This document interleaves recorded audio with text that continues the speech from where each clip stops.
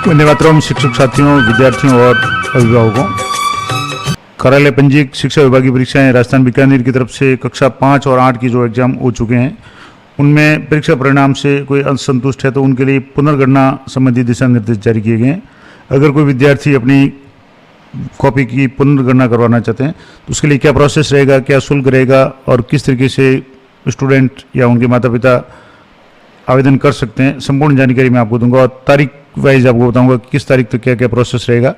तो ये जो लेटर है वो समस्त प्राचार्य, डाइट और सीबीओ समस्त को संबोधित करते हुए कहा गया है और विषय है प्रारंभिक शिक्षा पूर्णता प्रमाण पत्र, यानी जो कक्षा 8वीं की परीक्षा है, सामान्य रूप से 8वीं बोर्ड कहते हैं, और प्राथमिक शिक्षा अधिगम स्तर मूल्यांकन कक्षा 5 जो बोर्ड परीक्षा है, उसके परीक्षा परिणाम और पुनर्गणना के संबंध में निर्देश जारी किए गए। अब इसमें ये जो संपूर्ण कार्रवाई है वो सारी डाइट प्राचार्य के अधीक्षण और निर्देशन में की जाएगी। यानी ये सारा प्रोसेस है, पुनर्गणना का काम है, वो डाइट अपने अपने जिले की संबंधित जो भी डाइट है, शिक्षक प्रशिक्षण संस्थान है, उनमें होगा, उनके प्राचार्य है, उनके अंडर में ये सारा होगा। अब इसके लिए जो मुख्य विषय है कक्षा 5 के और कक्षा 8 के, कक्षा 5 के 4 विषय मुख्य और कक्षा 8 के 6 विषय, यानी हिंदी, गणित, अंग्रेजी, विज्ञान, संस्कृत और सामाजिक विज्ञान, और ये जो 5-6 विषय मुख्य, उनकी पुनर्गणना की जाएगी। अन्य जो भी विषय है उनकी पुनर्गणना नहीं की जाएगी और सत्रांक की कोई भी पुनर्गणना नहीं की जाएगी। दूसरी बात, परीक्षार्थी द्वारा पुनर्गणना है तो विद्यालय में विधिवत आवेदन पश्चात, यानी अगर कोई भी विद्यार्थी अपने परिणाम से संतुष्ट नहीं है तो वो खुद विद्यालय में जाकर के अपना आवेदन कर सकता है और जितने भी स्टूडेंट आवेदन करेंगे उनकी समेकित सूची बना करके जो भी संस्था प्रदान है वो सूची लिस्ट मय शुल्क, जो भी शुल्क होगा वो उसके साथ में डाइट में जमा करेंगे और डाइट के द्वारा उन संबंधित जो भी परीक्षार्थी है उनकी कॉपियाँ हैं वो वापस पुनर्गणना होगी। अब इसमें कक्षा 8 के लिए प्रत्येक विषय की दर से 100 रुपये प्रति विषय की दर से जो शुल्क होगा पुनर्गणना का, और कक्षा 5 के लिए 50 रुपये प्रति विषय की दर से शुल्क है वो डाइट में जमा कराना होगा। यानी कोई भी स्टूडेंट अगर अपनी कॉपी पुनर्गणना करवाना चाहता है तो एक विषय के 100 रुपये के हिसाब से उसको पेमेंट है वो विद्यालय में जमा कराना होगा और विद्यालय से वो पेमेंट है डाइट में जमा होगा। 5वीं का स्टूडेंट तो उसके लिए 50 रुपये है और दोनों कक्षाओं के परीक्षार्थी द्वारा पुनर्गणना है तो अधिकतम विषय चयन की कोई सीमा नहीं है। यानी आप जैसे 8वीं में 6 विषय तो 6 में से 6 विषय की पुनर्गणना करवा सकते हैं, 4 की, 5 की, कितने भी विषय की करवा सकते हैं। इसके अलावा डाइट प्राचार्य द्वारा पुनर्गणना है तो जो भी आवेदन प्राप्त होंगे उसके अनुसार है वो संख्या के अनुसार नए जो परीक्षक है, जो भी टीचर्स हैं उनकी ड्यूटी लगाएंगे ताकि वो कार्य को देख सकें। और इसमें जो पहले कार्मिक पुनर्गणना या जिन्होंने कॉपियां जांच ली यानी जो परीक्षक के रूप में रह चुके हैं उनको नहीं लगाया जाएगा, नए कार्मिकों को लगाया जाएगा। और ये काम है वो डाइट द्वारा संबंधित सीबीओ के मार्फत है वो पुनर्गणना का काम है वो होगा और इसके लिए विषयवार समिति वगैरह जो भी बनाई जाएगी और डाइट द्वारा परीक्षाओं के लिए जो भी आवेदन पत्र प्राप्त होंगे और पुनर्गणना होगी उसका रिकॉर्ड है वो रखा जाएगा। और पुनर्गणना में विशेष ध्यान ये दें कि परीक्षार्थी के द्वारा प्राप्त अंकों की प्रश्नवार पुनर्गणना की जाएगी। ये पुनर्गणना है, पुनर्जांच नहीं है, यानी प्रश्नों को नए सिरे से नहीं जांचा जाएगा। अगर आपके अंकों की अंतर है, मान लो जैसे केजिंग वगैरह जो होती है जिसमें आपके अंक तो ज़्यादा बन रहे हैं लेकिन जोड़ में अंक कम हो गए और उसके कारण आपके मार्क्स कम आ रहे हैं, तो ऐसी स्थिति में अंकों की पुनर्गणना होगी, उत्तर है वो नहीं जांचे जाएंगे, यानी प्रश्नोत्तर है नए सिरे से नहीं जांचे जाएंगे, एक तो ये ध्यान रखें। और उसके बाद में पुनर्गणनाकर्ता को पुनर्गणना हेतु प्राप्त उत्तर पुस्तिका के मुख्य पृष्ठ पर अंकित अंकों की प्रश्नवार प्राप्तांक तालिका में प्रविष्ट किए अंकों और उत्तर पुस्तिका के अंदर के पृष्ठों में दिए गए अंकों से मिलान करना होगा। यानी जो भी टीचर्स कॉपियाँ वापस पुनर्गणना करेंगे वो मेन पृष्ठ पे जो केजिंग जिसको बोलते हैं कि जैसे पहले एक टेबल बनी होती है जिसमें पहले प्रश्न में इतने मार्क्स आए, दूसरे में इतने आए, तीसरे में इतने आए, वो चेक करेंगे और कॉपी में अंदर जिस प्रश्न के जितने अंक है उनको चेक करेंगे। और वहाँ कहीं भी कोई गणना में कोई कमी है, कोई अंक जिनका अंक तो दिया हुआ है लेकिन जोड़ने से रह गया है, तो ऐसी स्थिति में उनको चेक करेंगे। इसके अलावा कक्षा 8 और 5 के लिए कला शिक्षा, स्वास्थ्य शिक्षा, शारीरिक शिक्षा, कार्य अनुभव वगैरह विषय है, उनमें यदि विद्यालय स्तर से संस्था प्रदान द्वारा 100 में से जो अंक अगर सत्रांक प्रविष्ट नहीं किए हैं, हालांकि कुछ दिन पहले भी लिस्ट आई थी और जिन विद्यालयों ने सत्रांक प्रविष्ट नहीं किया उनको मौका भी दिया था, लेकिन अभी भी मान लो किसी विद्यालय द्वारा जो दूसरे जो विषय है मेन विषय के अलावा कला शिक्षा, स्वास्थ्य, शारीरिक शिक्षा और कार्य अनुभव है, उनमें अगर 100 में से सत्रांक नहीं दिए हुए तो उनके लिए भी प्रविष्ट चयन नहीं किए हैं तो उनके लिए भी जिन संशोधन है वो प्रस्तावित हो तो कला शिक्षा, स्वास्थ्य, शारीरिक शिक्षा अथवा तीनों में से किसी एक या दो विषय तो 50 रुपये प्रति परीक्षार्थी यानी एक स्टूडेंट के लिए प्रत्येक आवेदन प्रकरण हेतु पुनर्गणना शुल्क है वो डाइट में जमा कराना होगा।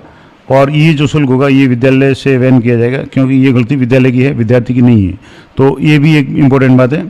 अब क्या टाइम पीरियड रहेगा?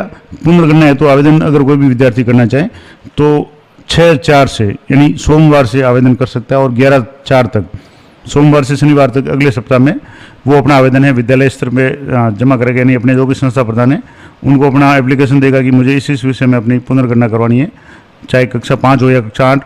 उसके बाद में विद्यालय स्तर पे जो भी 11 तारीख तक समेकित होंगे उनको 13 तारीख यानी अगले सोमवार को जो भी सूचना है उसकी लिस्ट बना करके डाइट में दी जाएगी संस्था प्रधान के द्वारा। और डाइट द्वारा जो भी पुनर्गणना का जो काम है वो 16/4 तक डाइट प्रधानाचार्य द्वारा जो लिस्ट बनाई जाएगी। और पुनर्गणना का काम है वो 17/4 से लेकर के 25/4 तक मूल्यांकन केंद्र जो भी होंगे वहाँ वो कॉपियाँ भेज करके नए परीक्षकों के द्वारा उन कॉपियों को जांचा जाएगा। यानी सिर्फ पुनर्गणना की जाएगी, कॉपी पूरी नहीं जांची जाएगी, मार्क्स की कैलकुलेशन वगैरह वो देखी जाएगी। और पुनर्गणना के उपरांत अगर परिणाम परिवर्तित होता है तो उसकी सूचना वगैरह जो भी है वो 27/4 को मूल्यांकन केंद्र प्रभारी है वो डाइट प्रधानाचार्य को उपलब्ध कराएंगे। और डाइट द्वारा जो परिवर्तित अंक की सूची है वो कार्यालय पंजीयक यानी बीकानेर भेजी जाएगी 29/4 तक डाइट प्रधानाचार्य द्वारा। उसके बाद में वहाँ से सक्षम स्तर जो भी प्रोसेस रहेगा या जो नई मार्क लिस्ट वगैरह आनी है, मार्क्स अपडेशन होने, वो सारा काम है 29/4 तक हो जाएगा। यानी कुल मिला करके मई में उसका सारा परिणाम वगैरह है वो आपके आ जाएगा।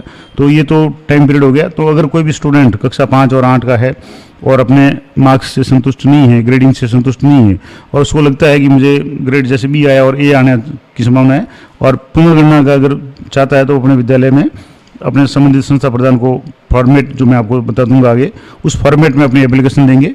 और 100 रुपये प्रति विषय के हिसाब से 8वीं के लिए और 50 रुपये प्रति विषय के हिसाब से 5वीं के लिए शुल्क है वो विद्यालय में जमा कराना पड़ेगा, ताकि वो शुल्क है वो समेकित रूप से लिस्ट बना करके संबंधित संस्था प्रधान द्वारा डाइट में जमा कराया जाएगा। अब इसके लिए क्या फॉर्मेट रहेगा? तो ये जो फॉर्मेट है 5वीं तक के लिए जो है, 5वीं परीक्षा में अगर किसी ने स्टूडेंट अपनी कॉपी चेक करवाना चाहता है तो वो इस तरीके से एप्लीकेशन लगेगा। प्रधानाचार्य जिला शिक्षा और प्रशिक्षण संस्थान यानी डाइट अपने जिले का नाम, और उसके बाद में उस स्टूडेंट का नाम, पिता का नाम, जन्म तिथि, परीक्षा का रोल नंबर और विद्यालय का कोड, एनएससी कोड या पीएसपी कोड अगर निजी विद्यालय है तो, परीक्षा केंद्र कहाँ उसने 8वीं की परीक्षा दी, 5वीं की दी, और किन विषयों में वो आवेदन करते तो उन विषयों की संख्या और विषयों के नाम यहाँ लिखने। पुनर्गणना है तो आवेदित विषय, जैसे 5वीं क्लास में 4 विषयों में करवा सकता है, और यहाँ परीक्षार्थी स्टूडेंट अपना साइन करेगा और संस्था प्रधान साइन करेंगे। और उसके साथ में आवेदन पत्र के साथ में परीक्षा परिणाम की पोर्टल जनरेटेड जो अंक तालिका है वो आपको संलग्न करनी है। और ये सारा काम 11/4 तक परीक्षार्थी द्वारा स्वयं के स्तर पे विद्यालय में जमा कराना है। उसके बाद में संस्था प्रधान है वो 13 तारीख को इस फॉर्म को समेकित सूची के साथ में डाइट में जमा कराएंगे। इस तरीके से कक्षा इसके लिए तो जैसे इस तरह की लिस्ट विद्यालय स्तर से बनेगी, ये विद्यालय का नाम आ जाएगा। जिन जिन स्टूडेंट ने अपना पुनर्गणना के आवेदन किया है तो वो रोल नंबर आ जाएंगे, किस विषय में किया तो उसमें राइट का निशान आ जाएगा, और कितने विषयों में किया है तो वो 4 विषयों में से जितने भी विषयों का होगा वो यहाँ शो हो जाएगा।